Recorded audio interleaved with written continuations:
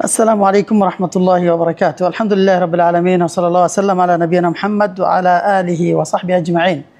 النهي عن السعي لتولي الإمارة. প্রিয় দর্শক শ্রোতা, আজকে আমাদের আলোচ্য বিষয় হচ্ছে দায়িত্ব বা নেতৃত্ব পাওয়ার জন্য চেষ্টা করা, নেতৃত্ব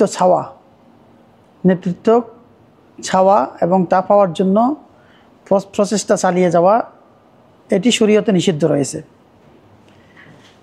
عن عبد الرحمن بن سمرة رضي الله عنه مرفوعا: لا تسأل الإمارة فإنك إن أعطيتها من غير مسألة وعنت عليها، وإن أعطيتها عن مسألة وكلت إليها، وإذا حلفت على يمين فرأيت غيرها خيرا منها فأت الذي هو خير وكفر عن يمينك. أخرجه يعني الشيخين. সম্মানিত দর্শক শ্রোতা, আজকে আমাদের সামনে যে হাদিসটি উপস্থাপন করা হয়েছে, এখানে দুটি বিষয় আলোকপাত হয়েছে। প্রথম যে বিষয়টি, সেটি হচ্ছে নেতা হওয়ার জন্য আবেদন করা বা নেতৃত্ব ছেয়ে নেওয়া। আর আরেকটি বিষয় হচ্ছে যখন কেউ কসম করে এবং সেটা কাফফারা, সেটা কি করা উচিত কসমের পর, সে বিষয়ে আলোচনা। প্রথমে হাদিসটির মর্মার্থ হলো আন আব্দুর রহমান ইবনে সামুরা, আব্দুর রহমান ইবনে সামুরা রাদিয়াল্লাহু আনহু থেকে মারফু সূত্রে একটি হাদিস বর্ণিত আছে। রাসূলুল্লাহ সাল্লাল্লাহু আলাইহি সাল্লাম বর্ণনা করছেন, তিনি ইরশাদ করছেন, লা তাসআলিল ইমারাহ ফাইন্নাকা ইন উতিতাহা মিন গায়রি মাসআলাতিন ওয়াইনতা আলাইহা। তুমি কখনো চেয়ে নিবা না, কখনো ক্ষমতা চাইবে না, কখনো নেতৃত্ব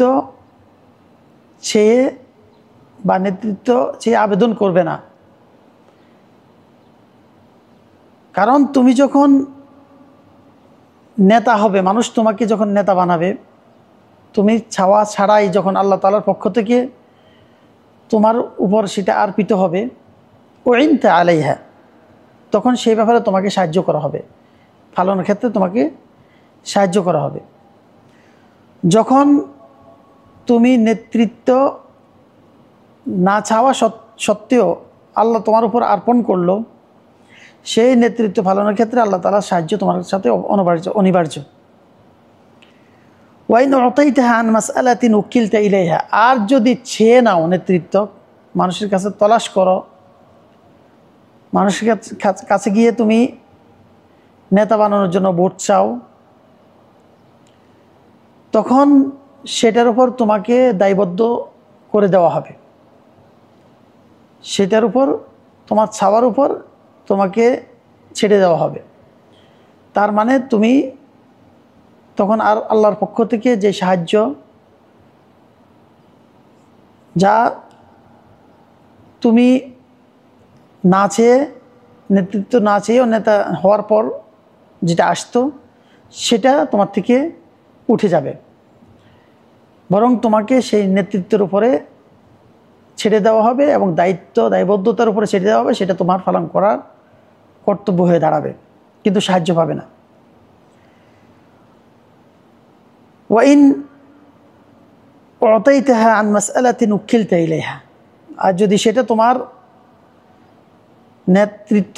নেতৃত্ব আবেদনের কারণে পেয়ে থাকো, নেতা হওয়ার জন্য চাইছো, নেতা তোমাকে বানিয়ে দেওয়া হলো, তখন সেটা তোমার উপর সেই দায়বদ্ধতা ছেড়ে দেওয়া হবে, তোমাকে সেটা পূর্ণ করতে হবে, সাহায্য পাবে না। ওয়াইদা হালিফতা আন ইয়ামিনিন ফারাইতা গায়রাহা খায়রাম মিনহা, আর যখন কোনো বিষয়ে কসম করবে, শপথ করবে, এবং তার পরিবর্তিত বিষয়টা যখন কল্যাণকর দেখবে, তাহলে যেটা কল্যাণ সেটা তুমি করো, পালন করো, এবং এই কসমের জন্য, এই শপথের জন্য কাফফারা দিতে হবে। আপনারা জানেন শপথের কাফফারা। তো আমরা যে বিষয়ে আলোচনা করতেছিলাম প্রথমে, যেটা নেতৃত্ব চেয়ে নেওয়া, নেতা হওয়ার জন্য আবেদন করা, এটা কিন্তু শরীয়তে নিষিদ্ধ। যেহেতু রাসূলুল্লাহ সাল্লাল্লাহু আলাইহি ওয়াসাল্লাম বলছেন তুমি নেতৃত্ব ছেয়ে নেবে না বা চাইবে না। যদি ছেয়ে নাও তাহলে কিন্তু তোমার উপর সেটা চাপিয়ে দেওয়া হবে। আর যদি আল্লাহর পক্ষ থেকে নেতৃত্ব তোমার নিকটে এসে পড়ে, তখন সেটা সাহায্য তোমাকে আল্লাহ তাআলা করবেন। পালনের ক্ষেত্রে আল্লাহ তাআলা সহকারী সাহায্য হিসাবে তোমাকে সাহায্য করবেন। আর দ্বিতীয় বিষয় হলো, যদি কোনো বিষয় শপথ করবেন আমি এই কাজটি করব না, কিন্তু দেখতেছেন যে এই কাজটি করাটাই তোমার জন্য কল্যাণকর, তাহলে সেই কাজটি তোমার করা উচিত। আর যেই শপথ তুমি করলে এই শপথের জন্য কাফারা দিয়ে দিবে। আর কাফারা আপনারা জানেন যে কেউ যদি শপথ করে সে যেন 10 জন মিসকিনকে খাওয়ায়, অথবা তাদেরকে বস্ত্র দেয়, অথবা একজন দাস আজাদ করে, মুক্ত করে। আর যদি তা না পাওয়া যায়, তা করা সক্ষম না হয়, তাহলে 3 দিন রোজা রাখবে।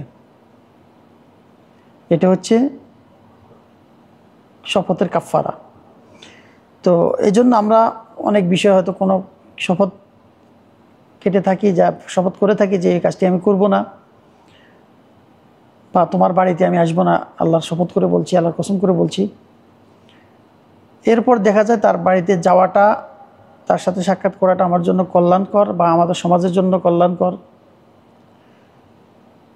তখন আমরা সেই কাজটি করব, তার বাড়িতে যাব, তার কাছে যাব। কিন্তু এর জন্য আমরা কাফারা দিতে হবে।